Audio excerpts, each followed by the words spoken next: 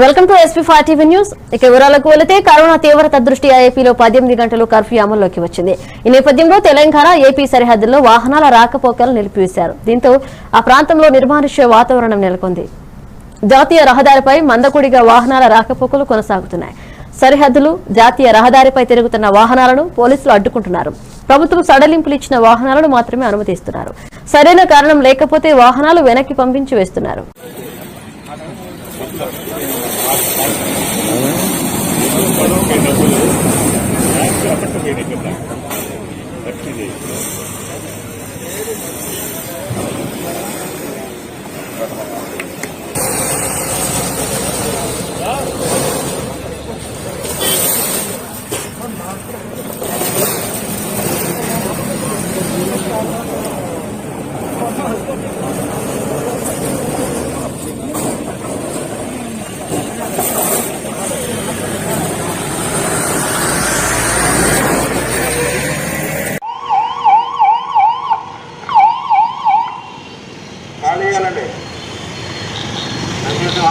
క్రమంలో ఉంది, కర్ఫ్యూ అమల్లో ఉంది.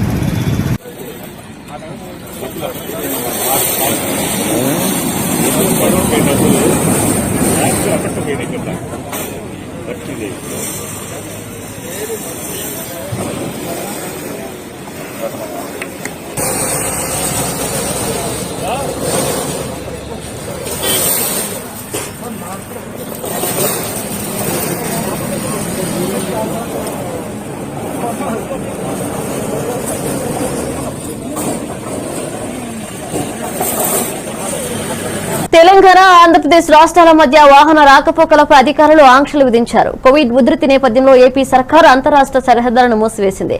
మధ్యాహ్నం 12 గంటల నుండి ఉదయం 6 గంటల వరకు ఆంక్షలు కొనసాగనున్నాయి. తెలంగాణ రాష్ట్ర సరిహద్దులైన రామాపురం, పొందుగల, నాగార్జున సాగర్ 3 చెక్ పోస్టులను మూసివేశారు. అత్యవసర సేవలకు మినహాయింపు ఇచ్చారు. రాష్ట్ర సరిహద్దు చెక్ పోస్టుల మూసివేతతో రహదారులపై భారీగా వాహనాలు నిలిచిపోయాయి. కర్ఫ్యూపై ఏపీ ప్రభుత్వం ఉత్తర్వులు జారీ చేసింది. నేటి నుంచి ఈ నెల 18 వరకు కర్ఫ్యూ కొనసాగనుంది. విమాన రైల్వే ప్రయాణికులు టోకెన్ల టికెట్లు చూపిస్తే ఇరు రాష్ట్రాలలోకి అనుమతి ఇవ్వనున్నారు. రాకపోకల వేళల్లో విధిగా గుర్తింపు కార్డులు ధరించాలని ఆదేశాలు జారీ చేశారు. బోర్డర్ చెక్ పోస్టుల వద్ద 144 సెక్షన్ అమల్లో ఉండనుంది.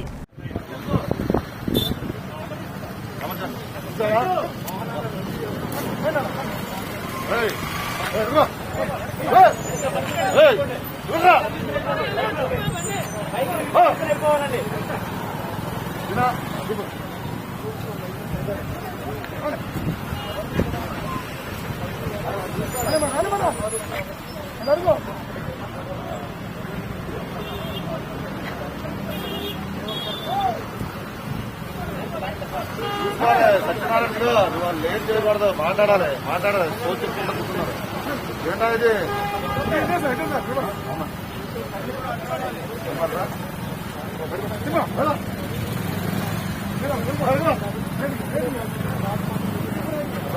చెప్పు.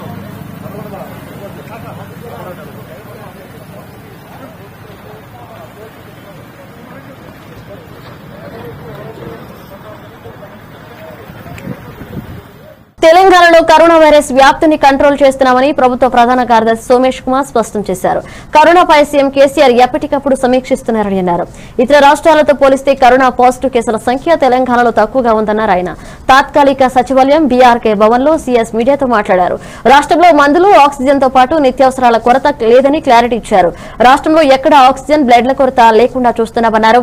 కరోనా నియంత్రణకు ఎంత డబ్బైనా ఖర్చు చేయమని సీఎం చెప్పారని సీఎస్ సోమేష్ కుమార్ వెల్లడించారు. కొన్ని స్పెసిఫిక్ పాయింట్స్ మీద కూడా చెప్తాం. My colleagues health secretary mister Rizvi may also talk on certain topics. Similarly, our DPH Mr. Srinivas, our Director of Medical Education Dr.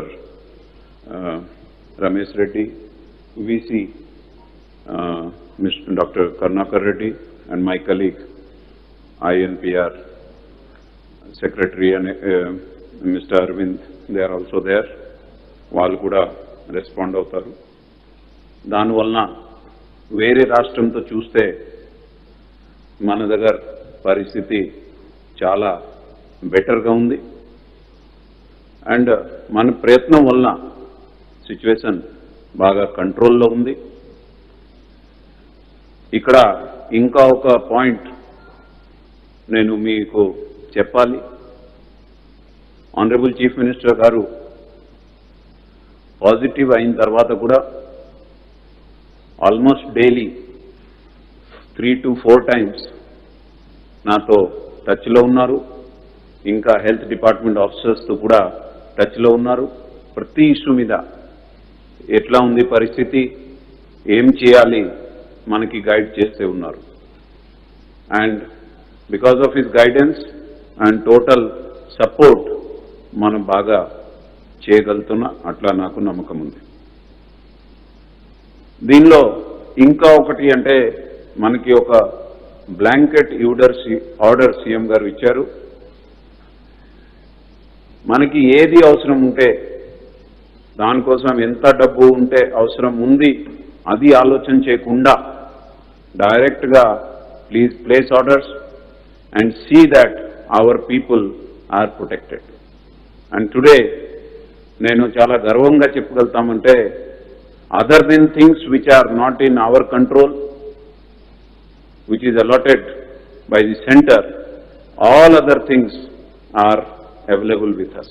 ekkada A medicine కి ఏ కన్స్యూమబుల్స్ కి మన దగ్గర ఏది కొరత లేదు. So therefore we are able to do a much better job. The first thing is, how is the trend?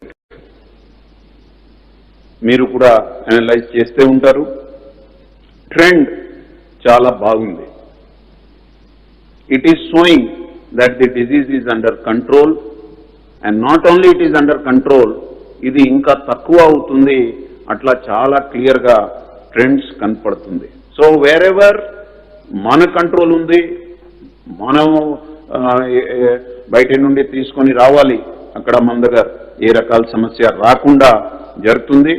And but some times which is not in our control, which is allotted by government of India, అక్కడ మనకి అక్కడక్కడ చిన్న సమస్య వస్తుంది.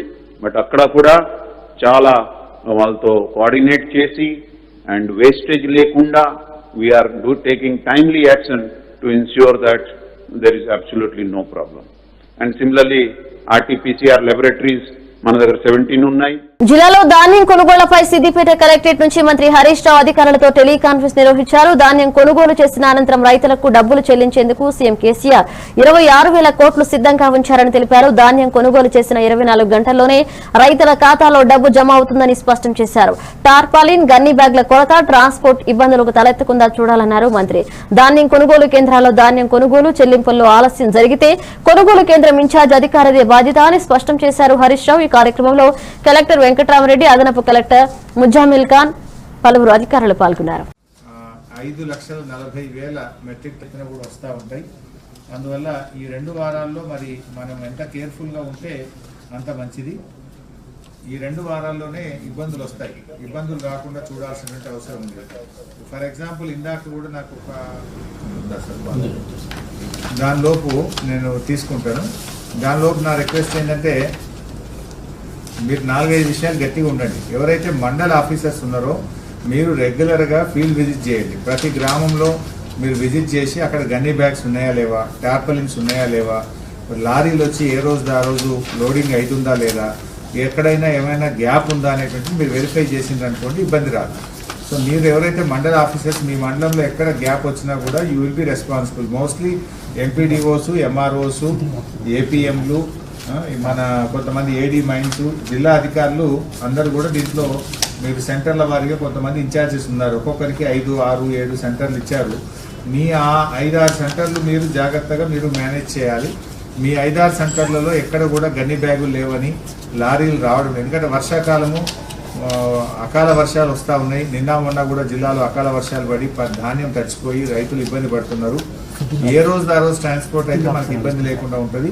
మీకు ఏ ఇబ్బంది వచ్చినా కూడా వెంటనే కన్సర్న్ ఆఫీసర్స్తో మాట్లాడి మీరు దాన్ని సార్ట్అవుట్ చేసుకోండి. లేవు అనే ఇష్యూ రావద్దు, లారీలు రాలేదు, మా మెటీరియల్ వెళ్ళడం లేదు అనే ఇష్యూ రావద్దు. మూడోది మిల్ పాయింట్ ఆఫీసర్స్ మనం పెట్టుకున్నాం. మిల్ పాయింట్ ఆఫీసర్స్తో మీరు కోఆర్డినేట్ చేసి టైమ్లీ వాటిని దించుకుంటున్నారా లేదా దాన్ని ఎప్పటికప్పుడు మీరు వెరిఫై చేయాలి. మనకు 51 మిల్లులు ఉన్నాయి సిద్దిపేటలో. 51 మిల్లులలో ఇది దించుకుంటా ఉన్నారు. బెంగాల్లో బీజేపీ కార్యకర్తలపై తృణమూల్ కాంగ్రెస్ దళాలపై కరోనా నిబంధనలు పాటిస్తూ రాష్ట్ర వ్యాప్తంగా అన్ని మండల కేంద్రాల్లో నిరసన దీక్ష చేస్తున్నామని బీజేపీ రాష్ట్ర అధ్యక్షుడు బండి సంజయ్ తెలిపారు. బెంగాల్ రాష్ట్రాన్ని బంగ్లాదేశ్ కు అప్పగించేలా పాలన జరుగుతుందని ప్రజలు చెప్పామన్నారు. రోహింగ్యాలకు బంగ్లాదేశ్ చొరబాటుదారులకు బెంగాల్ను ముఖ్యమంత్రి మమతా బెనర్జీ అడ్డాగా మార్చారని విమర్శించారు. గతంలో బెంగాల్లో 3 సీట్లు మాత్రమే ఉండేదని, కానీ ఇప్పుడు 79 సీట్లు గెలిచామన్నారు.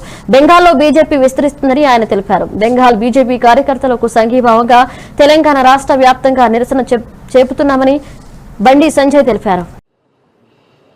భారతీయ జనతా పార్టీ కార్యకర్తలు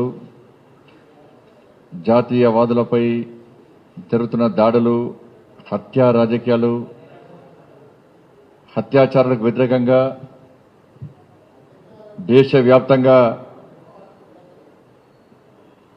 జాతీయవాదులందరూ కూడా, భారతీయ జనతా పార్టీ కూడా దేశవ్యాప్తంగా ఈరోజు అన్ని మండలాల్లో ఈ నిరసన దీక్ష కార్యక్రమాన్ని చేపట్టడం జరుగుతున్నది.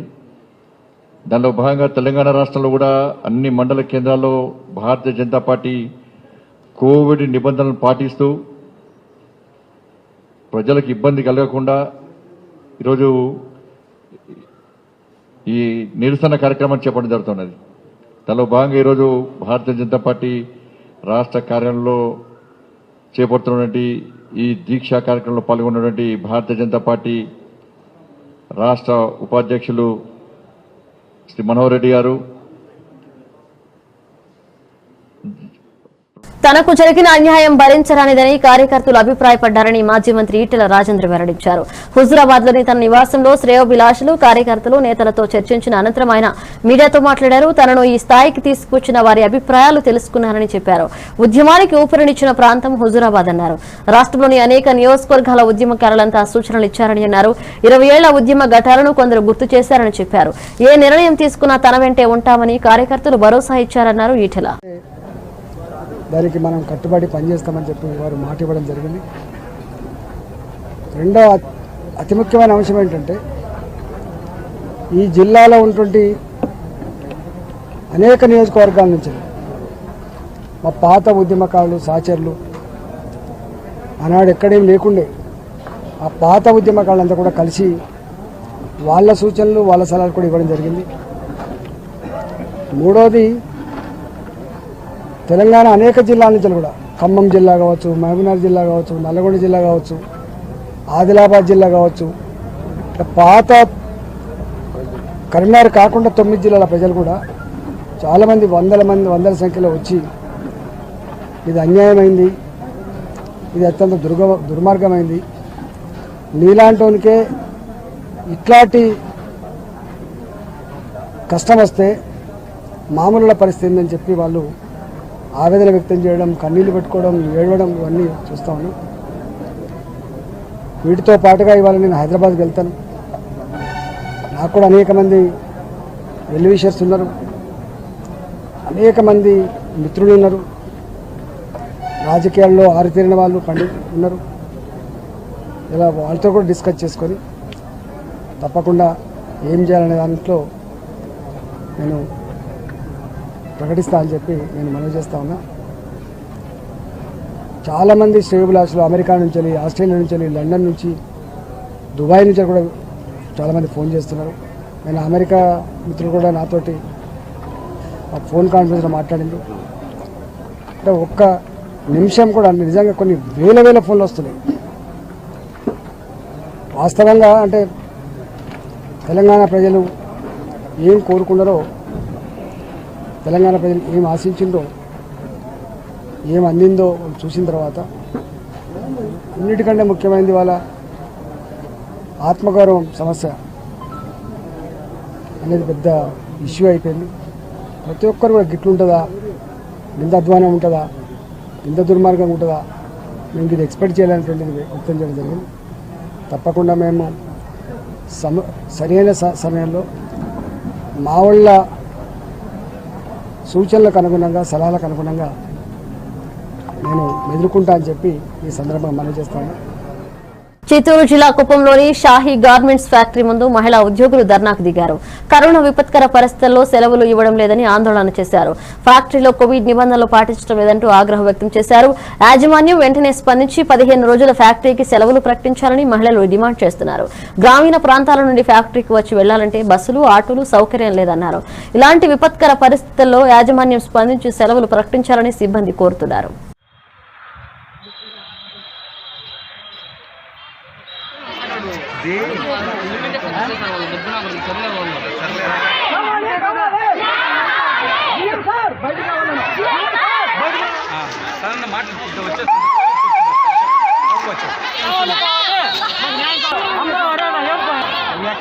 మాట్లాడతారు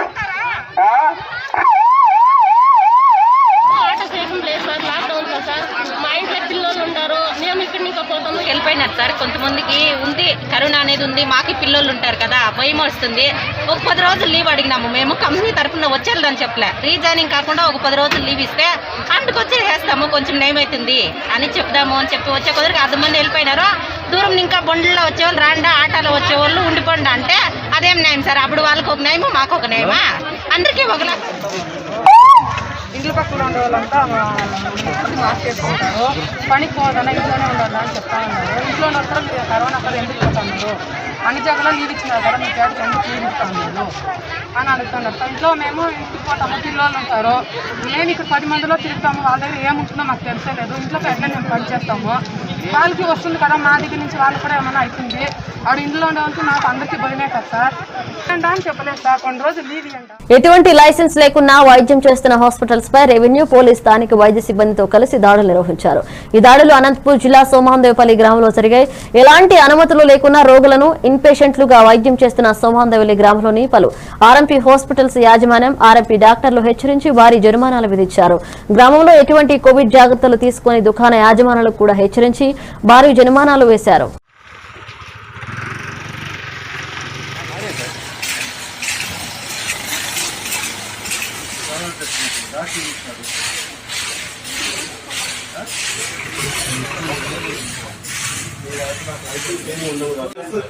మీరు చేయడం వల్ల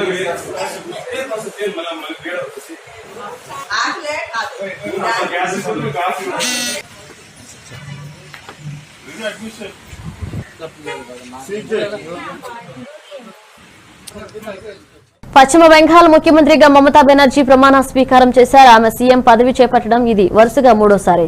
కోవిడ్ కారణంగా గవర్నర్ అధికార నివాసంలో నిరాడంబరంగా ఈ ప్రమాణ స్వీకార కార్యక్రమం జరిగింది. బెంగాల్ గవర్నర్ జగదీప్ ఆమెతో ప్రమాణ స్వీకారం చేయించారు. సీఎంగా ప్రమాణం చేసిన తర్వాత గవర్నర్ ఆమెను అభినందించారు. ఎన్నికల ఫలితాల్లో 292 అసెంబ్లీ స్థానాలకు గాను 213 స్థానాల్లో విజయం సాధించే తృణమూల్ 3వసారి అధికారంలోకి వచ్చింది.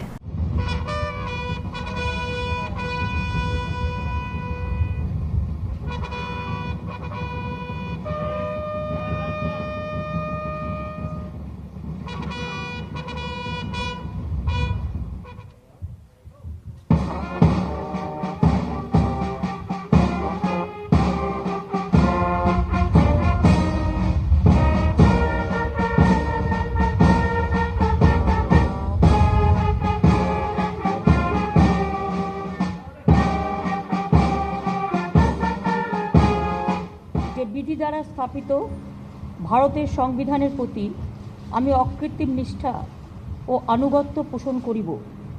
আমি ভারতের সার্বভৌমত্ব ও অখণ্ডতা রক্ষা করিব। পশ্চিমবঙ্গ রাজ্যের মুখ্যমন্ত্রী রূপে আমার কর্তব্যসমূহ নিষ্ঠাপূর্বক এবং বিবেকসম্মতভাবে নির্বাহ করিব এবং ভয় বা পক্ষপাত, প্রীতি বা বিদ্বেষ রহিত হইয়া সকল শ্রেণীর জনগণের প্রতি সংবিধান ও বিধি অনুসারে ন্যায়াচরণ করিব।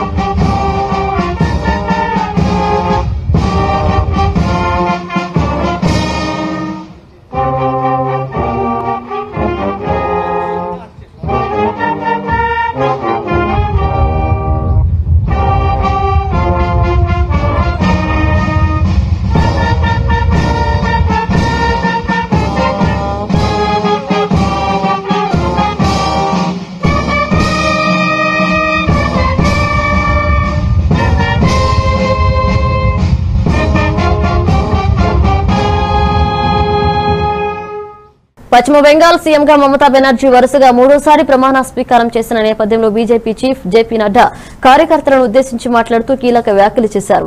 అసెంబ్లీ ఎన్నికల ఫలితాల అనంతరం చోటు చేసుకున్న హింసాకాండను ప్రస్తావిస్తూ ప్రజలను కాపాడే బాధ్యత కలిగిన వారే హింసకు బాధ్యులని నడ్డా ఆరోపించారు. ప్రజా తీర్పును ఆమోదించి బాధ్యత కలిగిన విపక్షంగా వ్యవహరిస్తామని చెప్పారు.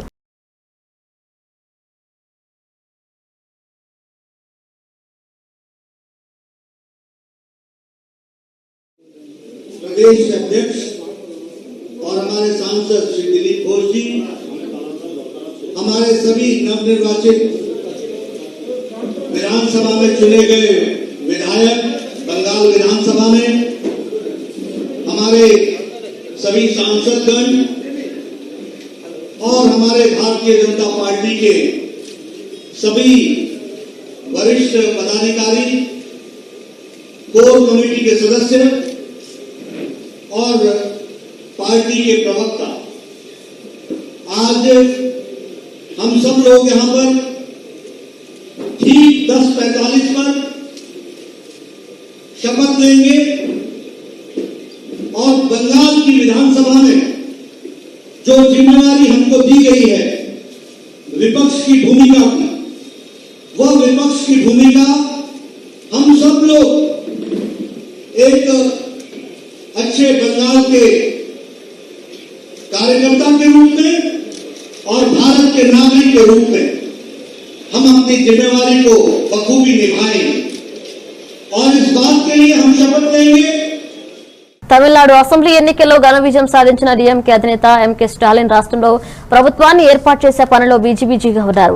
రాష్ట్ర గవర్నర్ బన్వారీలాల్ పురోహిత్ ను కలిసి తనను ప్రభుత్వాన్ని ఏర్పాటు చేయడానికి అవకాశం ఇవ్వాలని కోరారు. తనకు అవసరమైనంత మంది ఎమ్మెల్యేల బలం ఉన్నదని, అవకాశం ఇస్తే ప్రభుత్వాన్ని ఏర్పాటు చేయడానికి సిద్ధంగా ఉన్నానని తెలిపారు.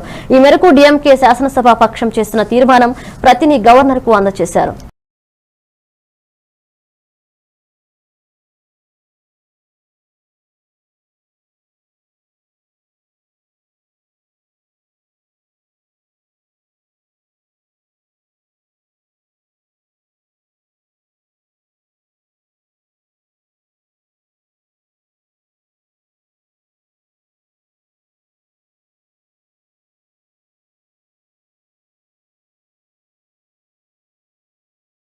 మరాఠా రిజర్వేషన్లపై సుప్రీంకోర్టు సంచలన తీర్పు ఇచ్చింది. రిజర్వేషన్లు రద్దు చేస్తున్నట్లు స్పష్టం చేసింది. మహారాష్ట్రలోని మరాఠా సంఘం రిజర్వేషన్లు రాజ్యాంగ విరుద్ధమని సుప్రీం వెల్లడించింది. ఆర్థిక, సామాజిక వెనుకబాటుతనం ఆధారంగా రిజర్వేషన్ ఇవ్వబడిందని వివరించింది. గతేడాది మరాఠాలకు మహారాష్ట్ర సర్కారు ఉద్యోగాల్లో 12% కోటా కల్పించింది. మహారాష్ట్ర ప్రభుత్వ నిర్ణయంపై వివిధ రాష్ట్రాల అభిప్రాయాలను సుప్రీం కోరింది. 50% రిజర్వేషన్ పరిమితి నిర్ణయంపై పునఃపరిశీలన అవసరం లేదని సుప్రీం స్పష్టం చేసింది. 50% మరాఠా రిజర్వేషన్ల ఉల్లంఘన కిందకే వస్తుందని తెలిపింది.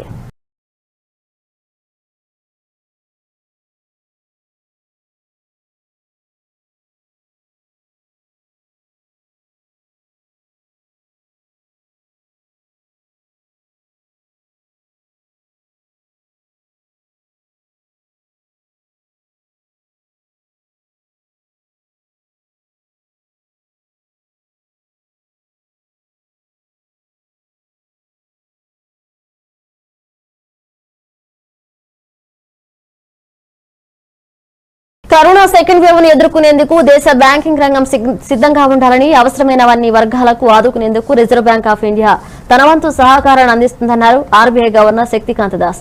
మీడియాతో మాట్లాడిన ఆయన తదుపరి ఏడాది పాటు ధరల బంధాన్ని, స్థానిక లాక్డౌన్లు కరోనా వ్యాప్తి ప్రభావితం చేయనున్నామని అభిప్రాయపడ్డారు. పరిస్థితిని నియంత్రించేందుకు ప్రభుత్వ వర్గాలన్నీ కృషి చేయాలని అన్నారు. ఇండియాలో కేసుల సంఖ్య 2 కోట్లను దాటిన వేళ కొన్ని ప్రత్యేక చర్యలు తీసుకోవాలని తాము నిర్ణయించామన్నారు. భారత భవిష్యత్ ప్రస్తుతం అనిశ్చితితో ఉందని, దాన్ని తొలగించేందుకు కొన్ని తక్షణ చర్యలు అవసరమని అభిప్రాయపడ్డారు. Good morning, namaskar. I have a few announcements to make and they are as follows. I would request your patience. As the financial year 2020-21, the year of the pandemic, was drawing to a close, the Indian economy was advantageously poised relative to the peers. India was at the foothills of a strong recovery, having regained positive growth, but more importantly, having flattened the infections curve. In a few weeks since then, the situation has altered drastically. Today, India is fighting a ferocious rise in infections and mortalities. New mutant strains have emerged, causing severe strains on healthcare and medical facilities, vaccine supplies, and frontline health personnel. The fresh crisis is still unfolding. India has mounted a valiant defense domestically and globally to ramp up vaccines and medical support and save lives. Simultaneously, shoring up livelihoods and restoring normalcy in access to workplaces, education and incomes become an imperative. As in the recent past, the Reserve Bank will continue to monitor the emerging situation and deploy all resources and instruments at its command in the service of the nation, especially for our citizens, business entities and institutions beleaguered by the second wave. The devastating speed with which the virus affects different regions of the country has to be matched by swift-footed and wide-ranging actions that are calibrated, sequenced and well-timed so as to reach out to various sections of society and business right down to the smallest and the most vulnerable. While doing so, our admiration and gratitude goes out to the brave citizens of our ఇవి bulletin updates. Keep watching SP5 TV news. నమస్కారం.